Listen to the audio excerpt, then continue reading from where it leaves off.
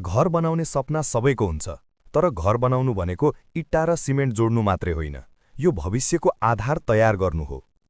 घर बनाउनु अघि योजना र बजेट स्पष्ट हुनुपर्छ। कति तला, कति कोठा, भविष्यमा परिवार बढ्ला कि?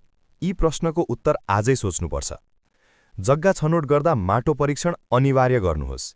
बाढी, पहिरो र पानी जम्ने ठाउँबाट टाढा रहनुहोस्। घाम र हावा राम्ररी आउने दिशा रोज्नुहोस्। घरको नक्सा र डिजाइन इन्जिनियर वा आर्किटेक्टबाटै बनाउनुहोस्। भूकम्प प्रतिरोधी संरचना आजको आवश्यकता हो, विकल्प होइन। सामग्री छनौटमा कहिल्यै सम्झौता नगर्नुहोस्। रड, सिमेन्ट, बालुवा सबै प्रमाणित र गुणस्तरीय हुनुपर्छ। पानी, बिजुली र ढलको काम सुरुमा नै मिलाउनुहोस्, पछि बिग्रियो भने खर्च दोब्बर हुन्छ।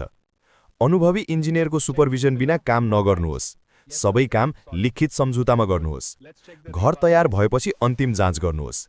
पानी चुवाहट, क्र्याक, बिजुली र ढोका झ्याल। याद राख्नुहोस्, आज बनाएको घरमा तपाईको भोलि बस्छ। सुरक्षित, बलियो र सोचेर बनाइएको घर, त्यही नै साँचो घर हो। घरको फोटो चिन्ह।